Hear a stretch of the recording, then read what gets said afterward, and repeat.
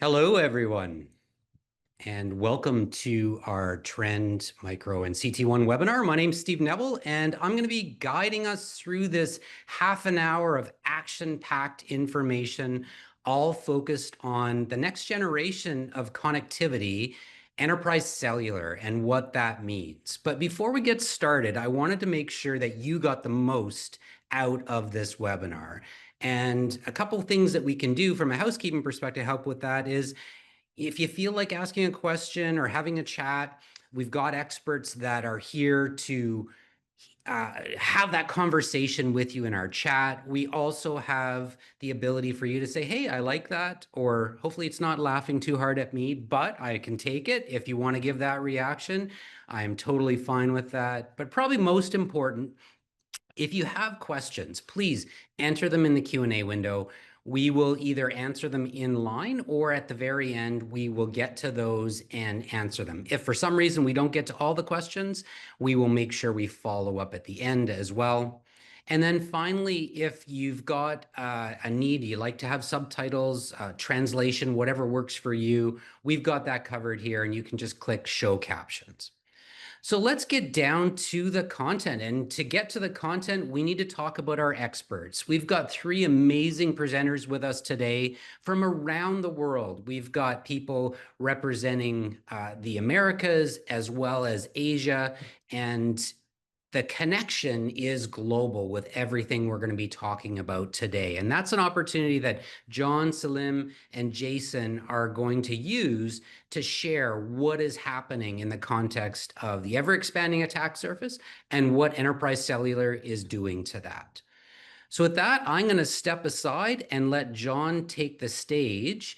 John is our Vice President of Threat Intelligence here at Trend Micro, long history and a ton of knowledge all around what's going on in the world of threats. So John, if you can take it away, I would love to let you go. Yeah, thanks, Steve. I appreciate it. And hey, everybody, really enjoy taking some time today. Appreciate you taking time out of your day. I'm going to talk today just briefly about the adversaries, who we are dealing with and why we're dealing with them. So hopefully we can get that rolling. Let's get on with this piece. So if you don't know, Trend Micro has a huge research community. So we have over 400, 500 researchers inside Trend that look at all aspects of the attack surface and of the adversaries. You can see here, we look at the infrastructure changes that are going on. We look at user behavior. What are you as your employees doing, how they're working? But we also look a lot at the threats, at the cyber criminals, what they're doing. We even have a forward-looking threat research team that looks out, 1 to 3 to 5 years in terms of what's going on with the compute landscape, what's going on with the adversary landscape, how are they changing? And they're definitely changing quite dramatically. When we look at who's committing these attacks, and this is an interesting area. So as a business, you want to think about who could be attacking you, right? Because the motivations, and I'll get into that next, but why they're targeting you, you want to understand that because their attack may be a little different from the others. So when you think about all these different types of attackers that are out there, right? Cyber criminals are probably the biggest and most pervasive right now, trying to profit from the attacks. But you also have competitive spies out there. You have nation states. When we're talking about today with 5G and the telecom and stuff, obviously lots of nation state activity in that area targeting these critical infrastructure organizations. Hacktivists, we'll talk about that as well. But also amateur and script kiddies. They have access actually to a lot of services in the underground markets to be able to do attacks without a lot of knowledge. So they have kits out there that they sell to these amateurs and script kiddies so that they can perform an attack very easily against any organization out there. When you think about motivations, this is where again, you think about why are they targeting me? Again, espionage is a big one.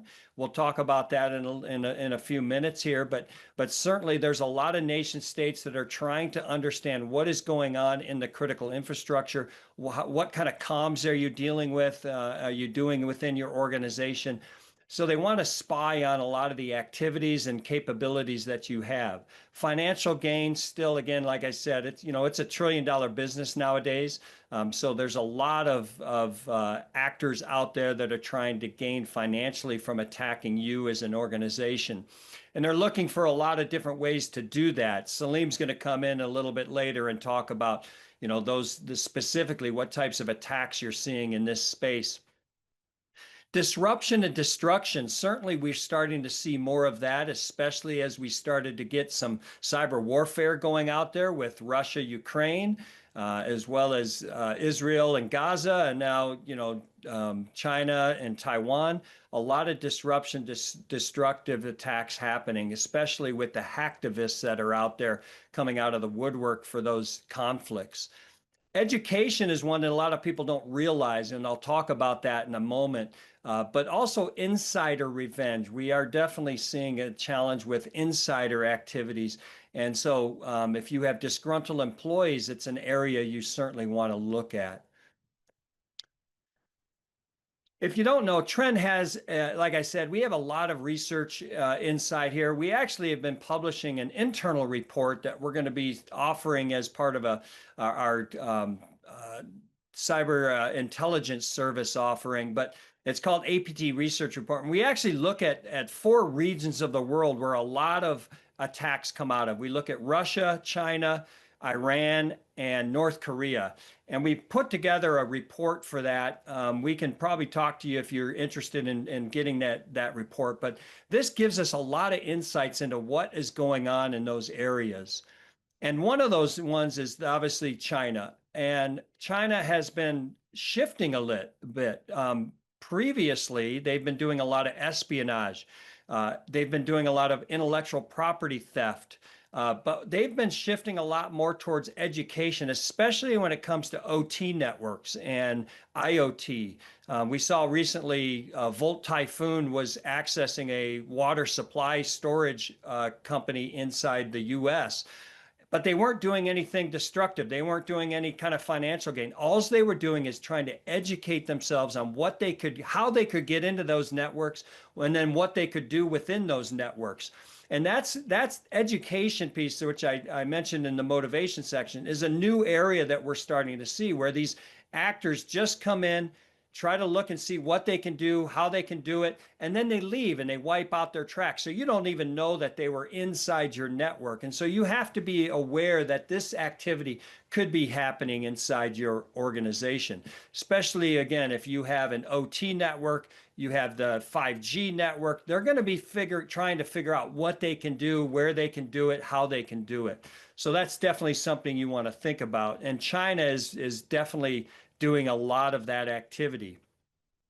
The other one I wanted to highlight before I share over to Salim is Russia. The Russia is an interesting one because they're doing a couple of different things.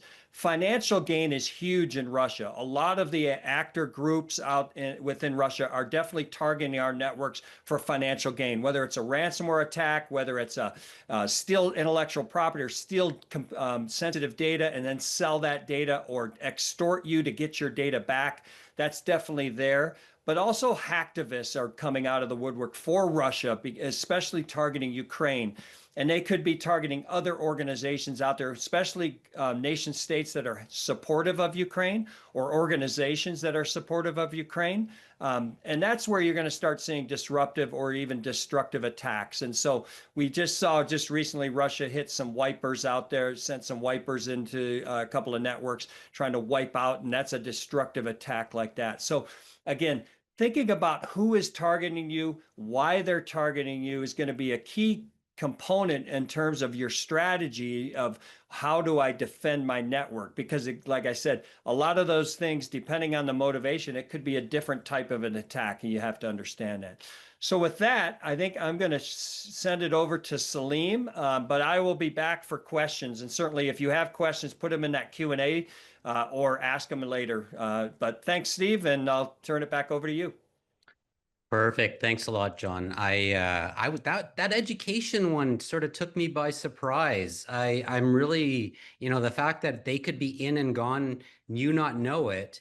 It sort of reminds me of like an AI training model, but it's not. It's something more. Or maybe it is AI training as well. I don't know. That's really, really interesting. And I think a great on-ramp to something else that's new, which is some of the attacks that are happening in the real world around private 5G. Really excited to have Salim from CTOne, who runs the TR2 or Threat Research and Response Organization at CTOne, a subsidiary of Trend Micro. Salim, take it away. Thanks, Steve. Thanks, John. That was an excellent setup. And you are right. Cellular networks are not just for telecoms anymore. It's coming to our factories, airports, hospitals, and defense sectors. And to do that, the technology has been going through a massive transformation.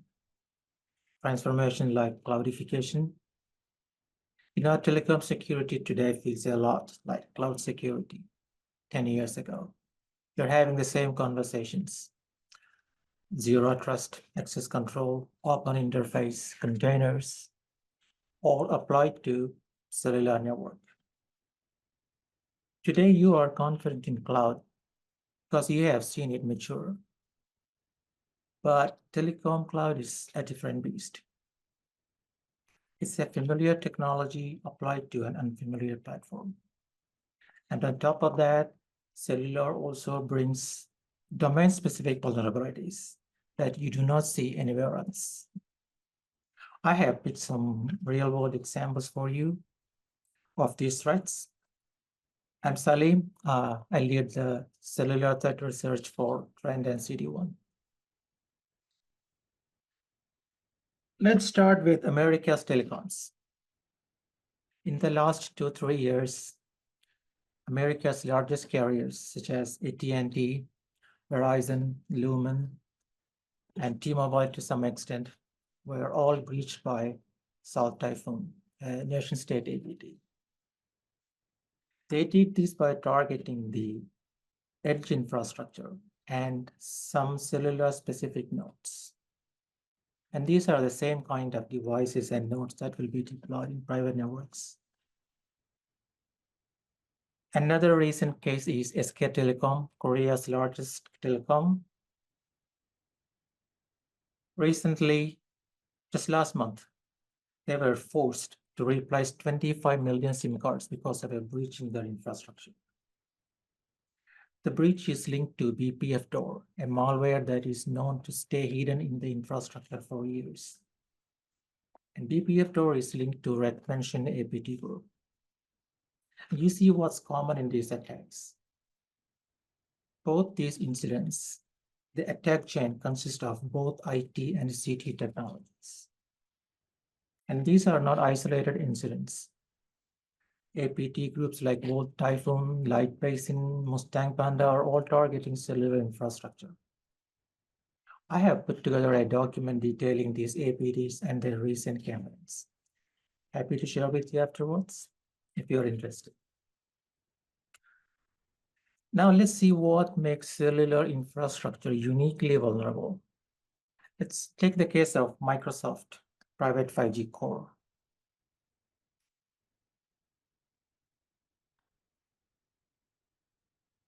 My team in Trend found and reported several vulnerabilities in Microsoft Private 5G Core to Microsoft.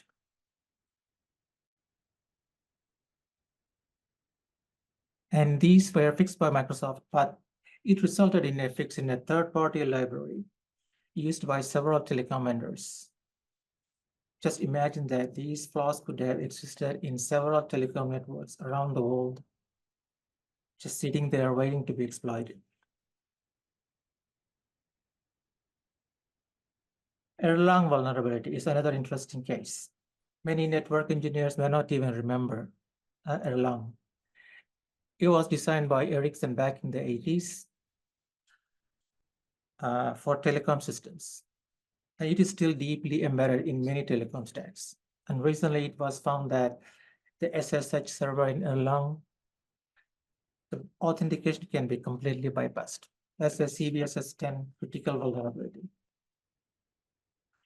And then there is radio access networks, which is the base station, cellular towers. My team at Trend, we did the first hands-on security verification for commercial and open source radio access networks, and we found several vulnerabilities.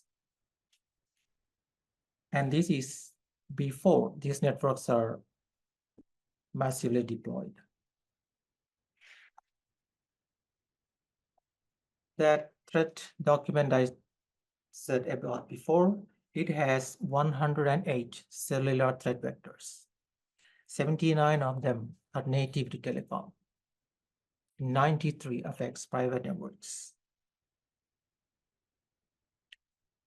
This document is designed to provide a threat-informed roadmap for private 5G deployment. It consists of research from others, real-world incidents, and our own research. Like in Trend Micro's fashion, we are not just consuming intelligence we generated. Like ZDI does it for IT, OT, and ICS.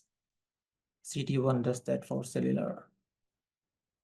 Well, now, in case you are wondering why you should be listening to us, my team in Trend, we have published more research and uncovered more vulnerabilities in this space in the last 2-3 years. Our research covers packet core, radio access networks, and cellular IoT devices, and also control plane protocols, which most solutions do not even monitor. We co-worked with MITRE in developing the first 5G cellular specific threat framework. And in this year, we launched industry's first open vulnerability disclosure program. Well, that's that.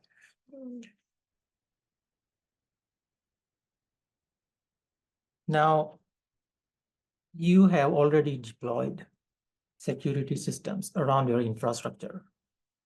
So the question is that tooling enough? Are those tools enough for cellular infrastructure? Well, not quite. The first thing to go is asset visibility. When a SIM card connected device enters your network, it may bypass the entire detection stack unless you are monitoring it at the telecom layer. Cellular networks uses identifiers such as IMCI, IMEI, and so on. So the traditional IP address and MAC address-based network segmentation may fail. So these threats will not show up in your firewall, will not show up in your CM, will not show up in your XDR.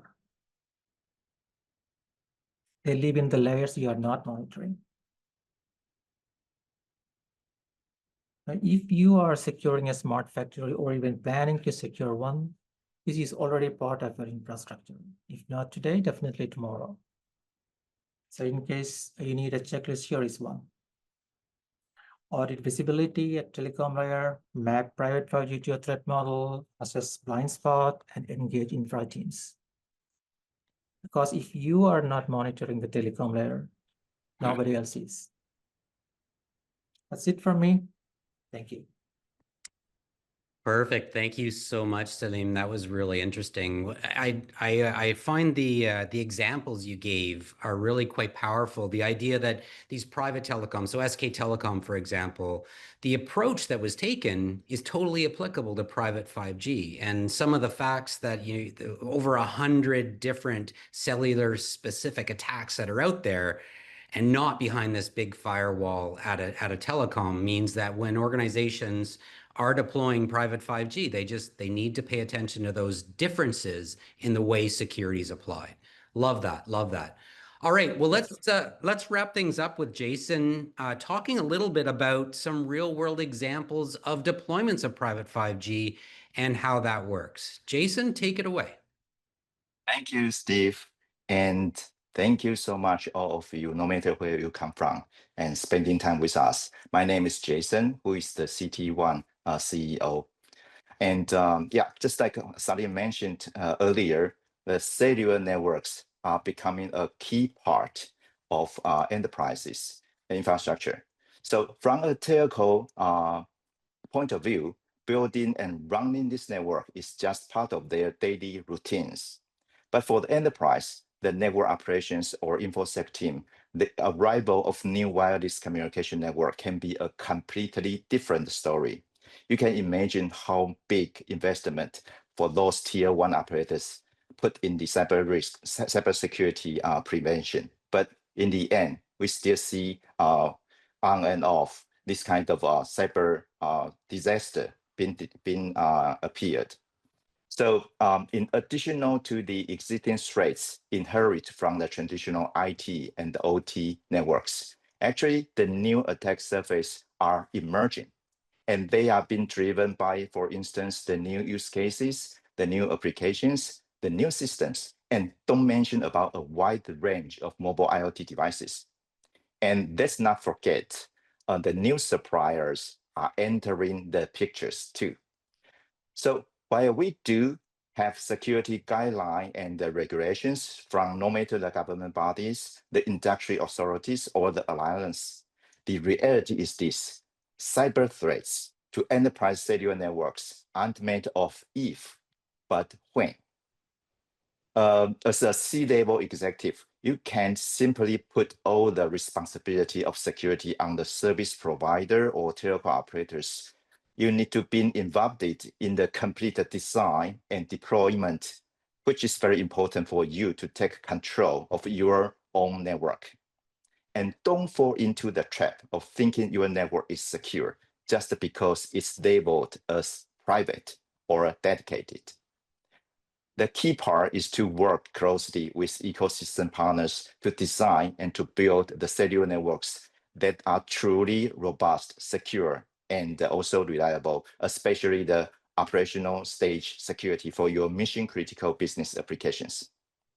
So now let me share a few real-world examples where CTOne and Trend Micro worked closely with ecosystem partner for end customers to secure their mission-critical applications. The first case I want to share with you is about a private cellular deployment at a military base, just like you can see on the screen. Our client, which is the Air Force of European countries, they use the 5G network to connect a wide variety of mobile IoT endpoints, including the camera, the drones, the ROG tablets, the AGV, AMR, and tons of the handheld devices. Their first priority was to gain the complete visibility into all the connected devices and manage access effectively. So they need to implement the zero trust network segments, starting from the mobile endpoint devices at the radio level, but not just only the data network layer, just like what the legacy firewalls are doing today. They need to minimize the threats exposure and to reduce the response time from the endpoint to the radio network, to the data network. And it is also crucial to establish a strong detection and blocking capability across the entire private cellular network, since any vulnerabilities in the operational phase can lead to serious security breaches. And of course, the fast and the simple deployment was another key requirement. So with CTOne and Trend Micro's mobile network security solution, we help the client to harden their mission-critical private 5G network quickly and effectively. So the next case I'm going to share with you is, is from the energy sector in Japan, specifically the Kyushu Electric Power Plant. So for this kind of facility as critical as power plant, the importance of designing, building, and also maintaining a secure, stable, and reliable network can be overstated. So in this case, the client is using 5G technology to connect the mobile devices together that support essential daily operations, security, and also reliable, and the uninterrupted service are absolutely vital. So the third case I'm going to share with you is about It's about the aviation industries, which is the Taoyuan International Airport in Taiwan. So after COVID, the passenger numbers have rebounded to between 35 to 44 million annually. To meet this demand and push forward digital transformations, the airport adopted the private 5G as part of its new infrastructures. Given its vast open spaces and the large number of traveler-facing endpoints, to manage mobile assets is a top priority for the airport security operations team. So to protect the endpoint identity integrity and also to detect, response, the potential cyber risks, they need an end-to-end solution, the one that covers both endpoint devices, the radio networks, and also the data networks, as I just mentioned earlier. And the most important part is the solution had to be user-friendly for the airport IT and InfoSec team, because many of them are actually not CT experts after all. So if you give them a very, very specific CT design tool, it could be a challenge for them. Yeah. So that's where CTOne came in, and we help reduce management complexity while improving the security and the reliability of both private 5G networks and their critical applications running on it. So as we always say, there is no such things as a complete isolated networks, not even a private one. You will never know that where the attack comes from or where it might hit. So that's why we rely on a single point of view to design your security strategy is quite risky. So if you are a CIO or CISO, it is very important and very, very critical to see the big picture when you're leading your team to build the comprehensive cybersecurity strategy. The threats may come from the IT, CT, or OT networks. First, then spread out through the visible or invisible physical or remote connectivities. Trend Micro Vision One is a powerful platform that brings together a rich telemetry from various sensors, including CT1 solutions that across the IT, OT, and CT environment give you a very, very holistic security visibilities. So since we established CT1, we have collaborated with a wide range of global ecosystem partners, including telco operators, the solution providers, and the system integrators to support from the middle size to the large enterprises customers across various industries around the world. And the customer number is continuing to grow. So with CT1 security solution, the purpose-designed cellular networks, we help our client connect, visualize, and secure their end-to-end operations from 4G or 5G enabled endpoints to the networks and the critical applications. So if you are interested to know more about Trend Micro and CTOne can help you to provide end-to-end protections for your next generation communication network and critical applications. Let's talk. Back to you, Steve. Perfect. Thanks, Jason. Well, that was an action-packed 28 minutes. We got 2 minutes left here. And, I think that the fact that we can share these real world cases, both from a threat perspective, as well as from an actual implementation perspective, really sets the stage for people understanding that private wireless is being used to drive businesses forward, to do more, and to provide the right connectivity for the challenges that are out there. We actually had a question come in as a part of this that, I'd like to actually ask Jason if that's all right. Nowadays, all cellular carriers are offering 5G connectivity to small businesses. How vulnerable should I feel just using 5G versus a private 5G deployment? Okay, that's a good question, Steve.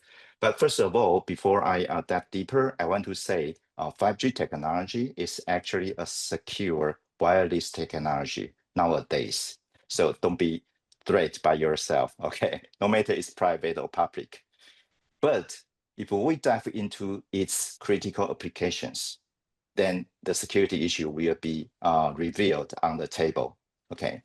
think about when you use the public network, most of the users are the consumer, right? So from consumer perspective, they may not so aware of the security issues. But if you are enterprise who use the public network, the first questions come into your table is basically you are not able to have the full visibility for the applications that you are running on top of the private network, because the public network, because the public network is controlled by the operators.